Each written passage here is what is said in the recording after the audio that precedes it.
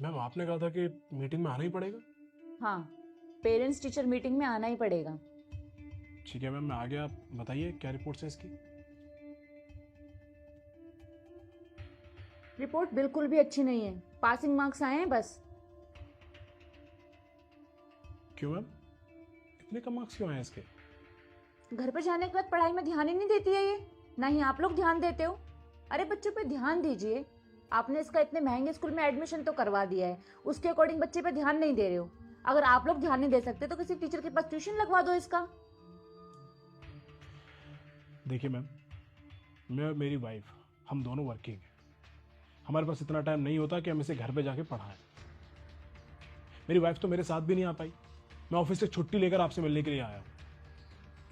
देखिए, काम के चक्कर में बच्चों को तो मत भूलिए ना।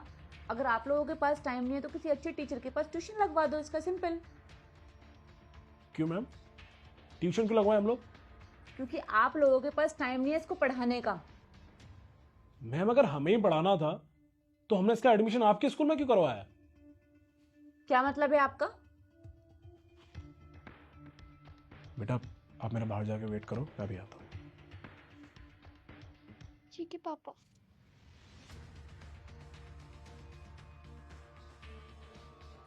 मतलब ये मैम कि हमारी बेटी सुबह 8 बजे से लेकर दोपहर के 3 बजे तक आपके स्कूल में रहती है, यानी कि पूरे 7 घंटे।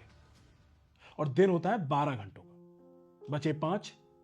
तो स्कूल से आने के बाद वो घर पे थोड़ी देर रेस्ट करती है, खाना खाती है, आपका दिया हुआ होमवर्क करती है और रात को डिनर करके सो जाती है। अच्छा मैम, आप उसे 7 घंटे पढ़ाती हैं तब भी उसके मार्क्स अच्छे नहीं आ पाते हैं, तो घर पे आने के बाद 1 घंटा उसे ट्यूशन पढ़ाने पे या उसे हम पढ़ा देंगे तो इसमें कौन सा वो टॉप कर जाएगी? देखिए, मेरा मतलब वो नहीं था। आपका मतलब क्या था क्या नहीं है मैं बहुत अच्छी तरीके से समझ चुका हूं मैम। देखिए मैम, हम आपको लाखों रुपए फीस देते हैं और आपने क्या कहा था कि जॉब के चक्कर में अपने बच्चों को मत भूलिए। अगर हम दोनों जॉब नहीं करेंगे ना तो आपकी जो इतनी मोटी फीस है ना वो भी नहीं दे पाएंगे। अरे मैडम, आप लोगों की फीस इतनी है कि हम दोनों हस्बैंड वाइफ को जॉब करनी पड़ती है। बुक यहां से लो, ड्रेस यहां से लो, खाना यहां से लो। आपका बस चले तो सारी कमाई हम आपको दे दें, हमारे पास तो कुछ बचा ही नहीं।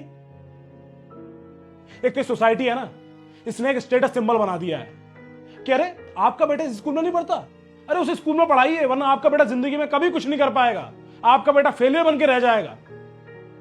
और इन सबके बीच में पिस्ता कौन है? हम मिडिल क्लास लोग। हम कैसे कैसे पैसे लेकर आते हैं, आपको अंदाजा भी है कुछ? अब आप मेरी बात मैम कान खोल के सुन लीजिए। मैं अपनी बेटी का कोई ट्यूशन नहीं लगवाने वाला। अगर मेरी बेटी के मार्क्स कम आते हैं ना तो ये सवाल मैं आपसे करूंगा, क्योंकि मैं आपको लाखों रुपए फीस देता हूं और मैं पूरी उम्मीद करता हूं कि मेरी बेटी के मार्क्स अच्छे आने चाहिए।